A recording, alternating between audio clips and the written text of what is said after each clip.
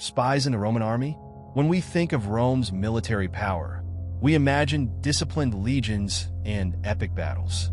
But behind the sheer force, there was another type of soldier, one that was invisible, silent, and lethal. Officers who wielded not just swords, but secrets to manipulate the course of war and secure victory. You might think that Roman glory relied solely on military strength and discipline.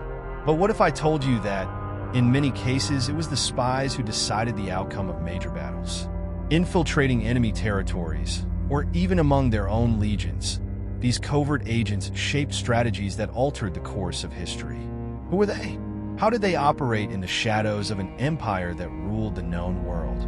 Today, we're going to reveal the secrets of these invisible agents and discover how their actions influenced Rome's victories and defeats. What comes next will surprise you, and perhaps change the way you view history's most powerful army. Let's get started. As Rome expanded and consolidated its power in the Mediterranean, the need for strategic intelligence became a priority.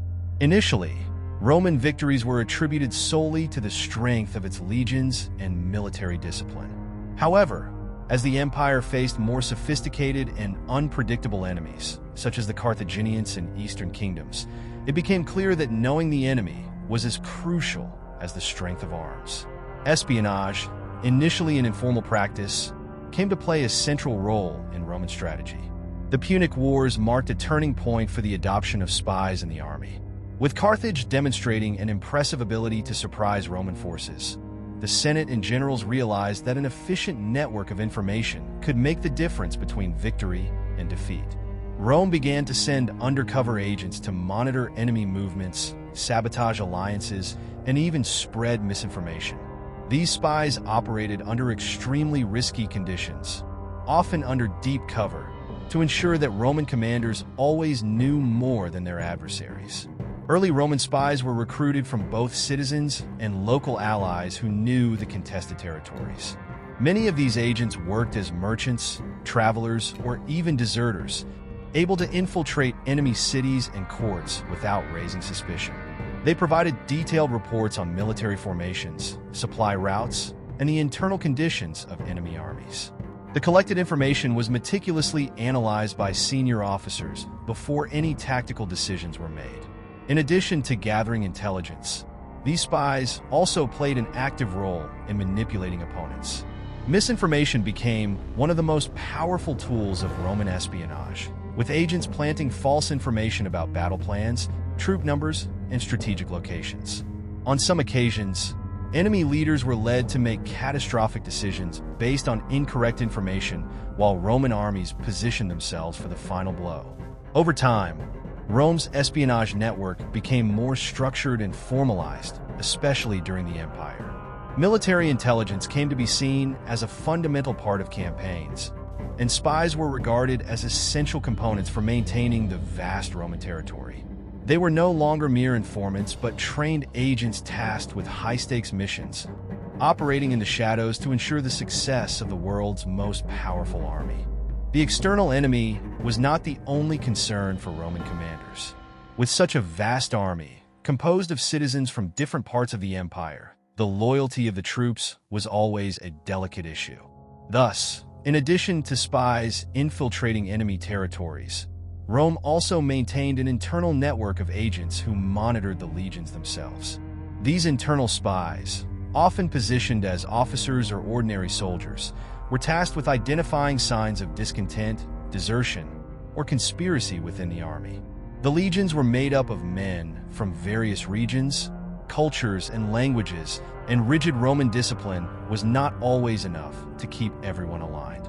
During long military campaigns, fatigue, hunger, and deprivation could create pockets of insurrection among the troops. These internal spies, known as frumentarii, or speculators at certain times in Roman history, had the function of reporting any murmurs of rebellion directly to their superiors. These agents were chosen based on their discretion and absolute loyalty to the empire. Often, they mingled with ordinary soldiers, pretending to be part of the troop to gain the trust of their comrades and extract valuable information. They observed the behavior of lower-ranking officers, tried to identify sympathizers of rival leaders or generals with political ambitions, and reported subversive activities that could threaten the cohesion of the legions. Their work was vital to preventing mutinies and maintaining order within the ranks. The Frumentarii, for example, were initially responsible for ensuring the supply of provisions to the troops, but their role soon expanded to internal espionage.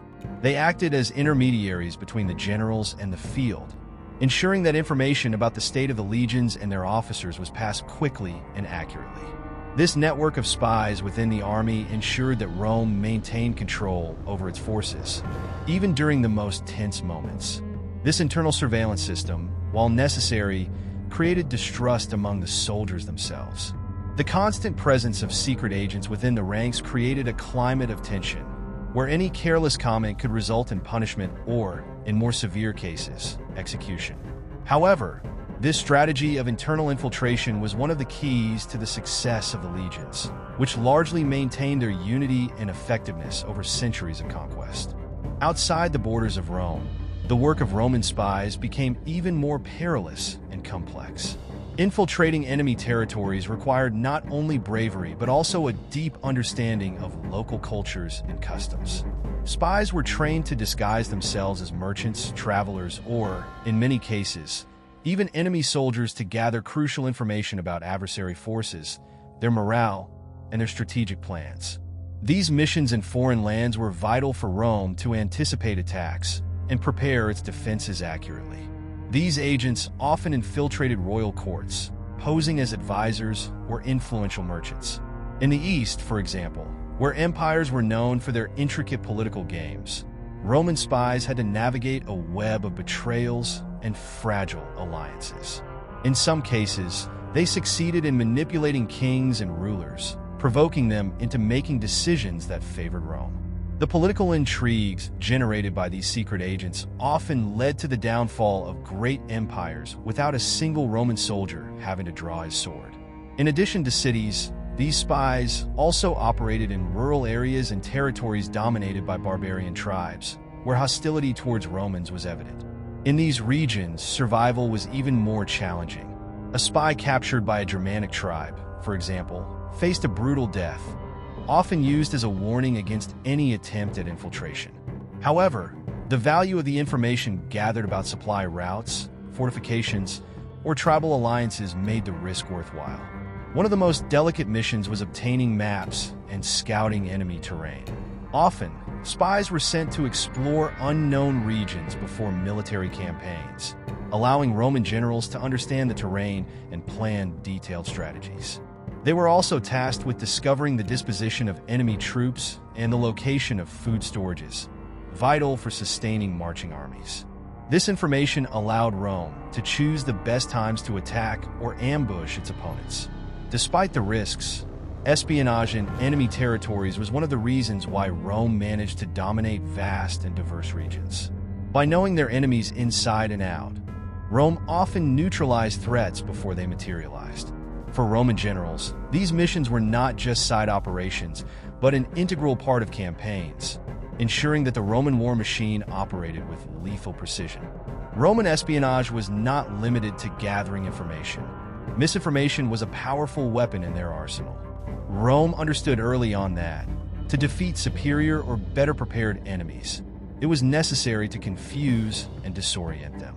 The art of deception involves spreading false rumors, creating fake strategies, and inducing adversaries to make disastrous decisions.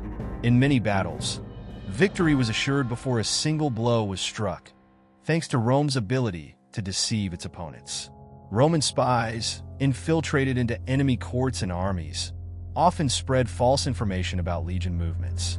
A barbarian commander might be led to believe that Rome planned to attack via a certain route, when in reality, the Roman army was already positioned elsewhere, ready for an ambush. Misinformation was also used to create discord among enemy forces by spreading lies about betrayals or secret alliances that, in reality, did not exist. During the Gallic Wars, for instance, Julius Caesar masterfully employed misinformation to divide and weaken the tribes resisting Roman conquest. Using secret agents, he spread rumors among tribal leaders, causing them to distrust each other. Tribes that were once allies became enemies, facilitating the advance of Roman legions. This type of psychological manipulation was as devastating as any military attack, undermining the morale of adversaries before they had a chance to react. Misinformation was also used as a defensive tactic. When Rome was besieged or at a disadvantage, spies were tasked with spreading exaggerated information about the city's defenses or reinforcements on the way, causing the enemy to hesitate or delay their attack. These moments of hesitation could be enough to turn the tide in favor of the Romans. On many occasions, spies helped convince enemies that fighting against Rome would be a suicidal venture.